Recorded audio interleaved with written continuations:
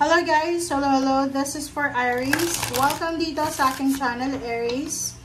Alamin natin kung anong messages, vibration, gabay energy para sa inyong lahat. Please connect your intuition sa lahat ng barahan na lumalabas dito sa reading na to. Okay, Aries, great gratitude. Number 4, consciousness. 4 of diamonds, consciousness. Wow. Aries, ang daming birds. Sinasabi ng bara sa'yo na posibleng maraming kwento, maraming balita, na posibleng matatanggap ka. And etong kwentong ito ay pwedeng magdala sa'yo ng happiness, ng contentment, ng satisfaction. So, you need to be grateful sa mga taong nakatulong sa'yo. So, you need to be grateful sa Panginoon, sa mga blessings na binibigay sa'yo. And, or maybe sobra-sobra kang magpapasalamat sa lahat ng biyaya na natanggap mo. Okay. Number 4, 44 siya. This is balance 8. So, discontent and boredom. Discontent and boredom.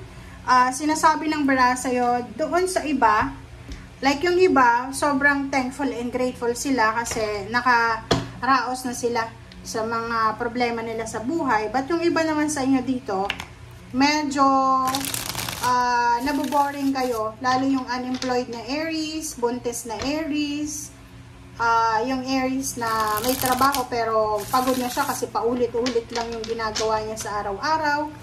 Comment down below kasi parang boring na yung pakiramdam mo.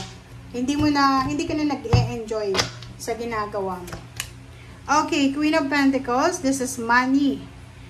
Wow. So, there's woman, Virgo, Capricorn, and Taurus, ang posibleng involved sa'yo.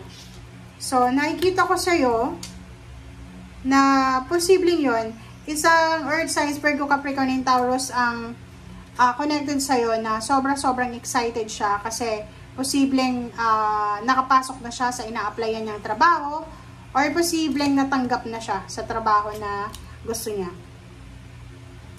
And yung Queen of Pentacles na to, babae na to, na Earth signs, possible din na makatanggap siya ng lump sum of money or maybe from that Earth signs na yan, pwedeng magbibigay siya sa'yo ng regalo because nga naboboring ka na or posibleng makatanggap ka ng financial help from that person. Okay?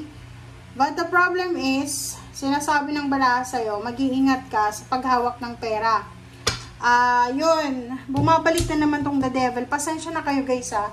Hindi ko alam kung kayo yung may bisyo or kamag-anak nyo or kakilala or close sa inyo. Kasi parang yung sinasabi kasi ng bara dito na if ever lang na makatanggap ka ng lump sum of money, if ever lang na may magbigay sa'yo ng financial help, if ever lang mayroong isang tao dito na gustong tumulong sa'yo financially, make sure na maging grateful ka and wag mong gagamitin siya sa the devil. Wag mong gagamitin sa kung ano man ng mga unhealthy habits, lifestyle, or mga unhealthy mga choices and option na dapat na hindi natin ginagawa.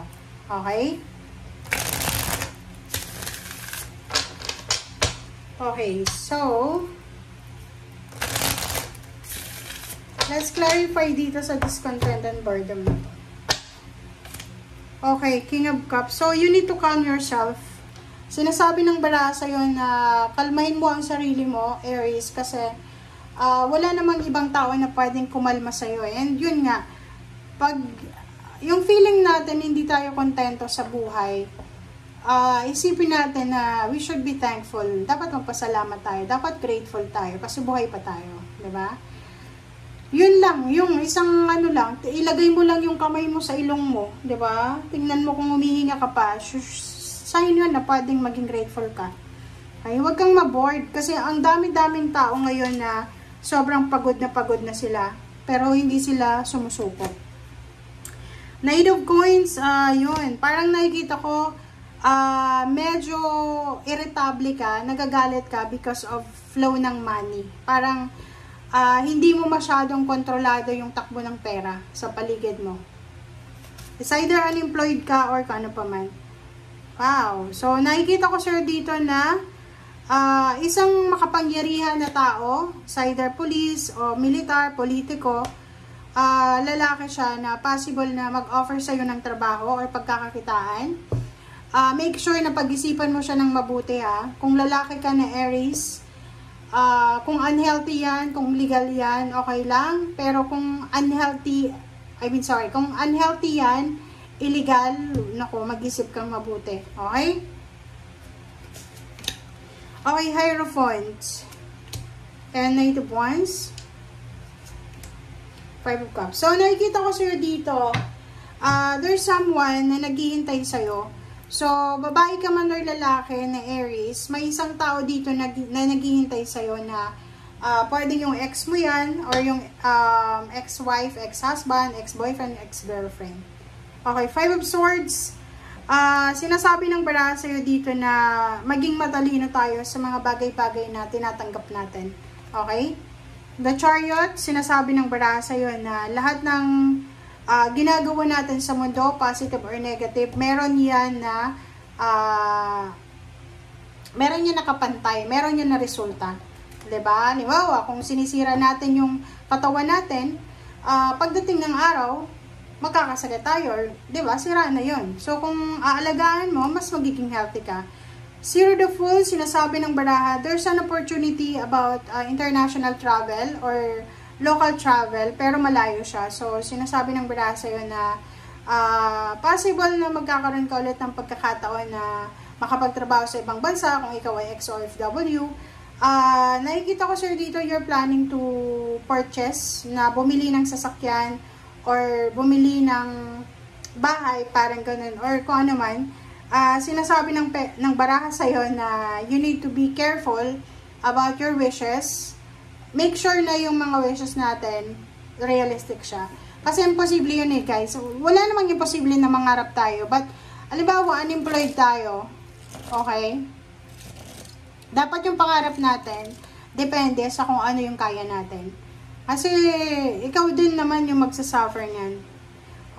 Dalawa yung Emperor mo, and King of Pentacles. So, sinasabi ng baraha sa'yo dito, na ihanda mo ang sarili mo, Aries, kasi mayroong isang unexpected na new beginnings, maybe isang unexpected na power, unexpected na windfall ng money, isang unexpected na salary increase, higher position sa may mga trabahong Aries.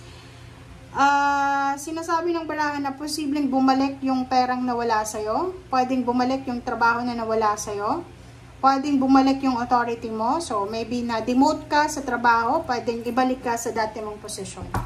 Okay, so thank you guys for watching. Bye!